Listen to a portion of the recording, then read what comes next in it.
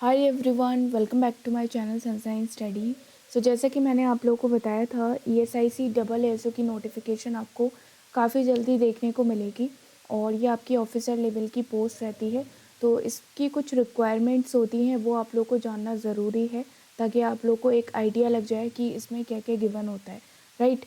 और यहाँ पे ये जो नोटिफिकेशन है वो प्रीवियस ईयर की नोटिफिकेशन है, तो मैं इसी से आप लोगों को सारी चीज़ें बता देती हूँ, राइट। किसी भी ऑफिशियल वेबसाइट से बताने में यहाँ पे ये हो जाता है कि कुछ इन्फॉर्मेशन वहाँ पे गिवन होती हैं, कुछ इन्फॉर्मेशन नहीं होती हैं। तो बेटर है कि हम ऑफिशियली नोटिफिकेशन से जान लें कि क्या इसकी रिक्वायरमेंट्स होती हैं, राइट। सो सबसे पहले तो यहाँ पे एसेंशियल क्वालिफ़िकेशन में आपकी ग्रेजुएशन डिग्री मांगी है। प्रेफरेंस किसको मिलेगी? जिन्होंने ग्रेजुएट किया हो कॉमर्स से, लॉ से, मैनेजमेंट में। ज़रूरी नहीं है कि अगर आपने इन्हीं से अपनी स्ट्रीम में ग्रेजुएशन की है तभी आपको आप एलिजिबल हो, नहीं, ऐसा नहीं है। यहाँ पे इन्हें प्रेफरेंस दिया जाएगा, लेकिन अगर आप किसी भी स्ट्रीम से अगर आपने ग्रेजुएशन की है तो आप लोग अप्लाई कर सकते हो। यहाँ पे कोई भी फोर्स नहीं कर रहा है कि आप कॉमर्स से हो तभी आप अप्लाई करोगे, राइट, ऐसा नहीं है। अब यहाँ पे इन्होंने सेकंड चीज़ ये भी बोली है कि आपको वर्किंग नॉलेज होनी चाहिए, कंप्यूटर की नॉलेज होनी चाहिए, किस में? ऑफिस सूट एंड डेटाबेसिस में, ठीक है। तो आपको थोड़ा बहुत यहाँ पे कंप्यूटर की नॉलेज होना ज़रूरी है। अब यहाँ पे एक्सपीरियंस का देख लो, इन्होंने लिखा है डिज़ायरेबल, मतलब प्रेफरेंस दी जाएगी, ऐसा ज़रूरी नहीं है कि आप लोगों के पास एक्सपीरियंस होना चाहिए तभी आप अप्लाई कर सकते हो। एक्सपीरियंस नहीं भी है तो भी आप अप्लाई कर सकते हो।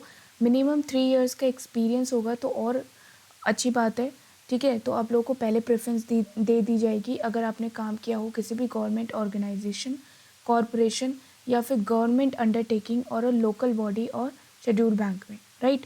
अब हम देख लेते हैं यहाँ पे नेशनलिटी, आप लोगों को पता ही है। एज लिमिट की बात करूँ तो 21 से 27 ईयर्स में यहाँ पे इन्होंने एज लिमिट दी है, राइट।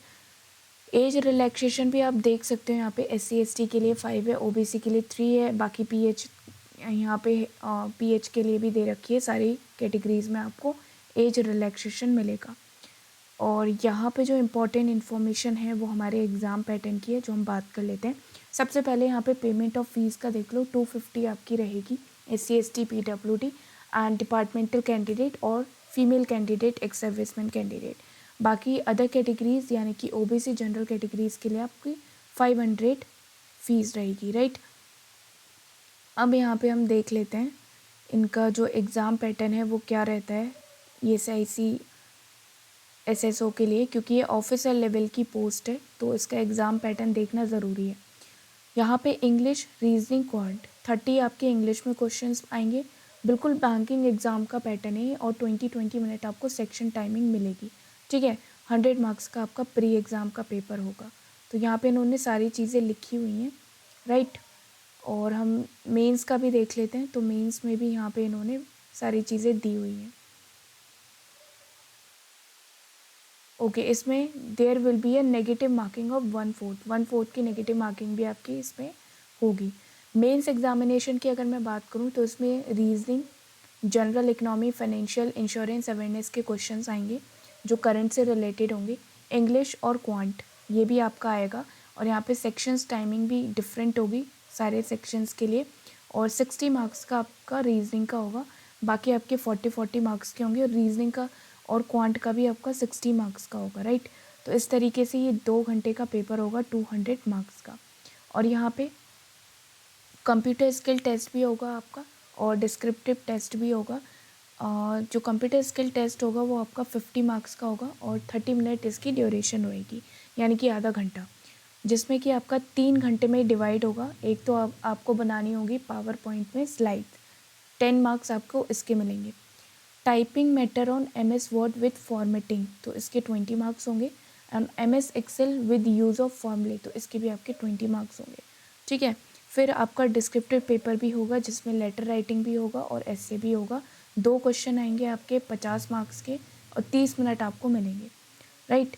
तो ये कुछ आपका यहाँ पे एग्ज़ाम पैटर्न था। तो मैंने सारी चीज़ें आप लोगों के साथ डिस्कस कर ली जो जो इम्पोर्टेंट थी। और यहाँ पे कुछ ऐसी इम्पोर्टेंट जो इन्फॉर्मेशन है वो इस नोटिफिकेशन में नहीं है। जो जो आपको जानना ज़रूरी था इस पोस्ट के लिए वो सारी चीज़ें मैंने आप लोगों को यहाँ पे बता दी। तो अगर आपको डिटेल में जाके पढ़ना है सारे कैंडिडेट को, ठीक है, जो भी अप्लाई करना चाहते हैं ESIC डबल SO या फिर प्रिपेयर करना स्टार्ट करना चाहते हैं, क्योंकि इसकी जो पोस्ट आई थी वो 500 के आसपास आई थी, ठीक है। अगर आपको प्रिपेयर करना है, जाने का मन है इस जॉब के लिए, तो आप लोग चेक कर लेना। इसका लिंक मैं डिस्क्रिप्शन बॉक्स में दे दूँगी, ठीक है। तो आप लोग जाके चेक कर सकते हो, डिस्क्रिप्शन बॉक्स में जाके चेक कर लेना, राइट। और कमेंट सेक्शन में भी आपको मिल जाएगा लिंक, तो वहाँ से भी जाके आप चेक कर सकते हो। आई होप ये सेशन आप लोग को हेल्प किया हो। ESIC सोशल सिक्योरिटी ऑफिसर के लिए यहाँ पे सारी इन्फॉर्मेशन मैंने आप लोग को दे दी। इस वीडियो को शेयर कर देना ताकि जितने लोग जानना चाहते हैं वो यहाँ पे पूरी इन्फॉर्मेशन ले लें, और जिनको डिटेल में जाके रीड करना है तो वो लोग भी जाके कर सकते हैं। Thanks for watching.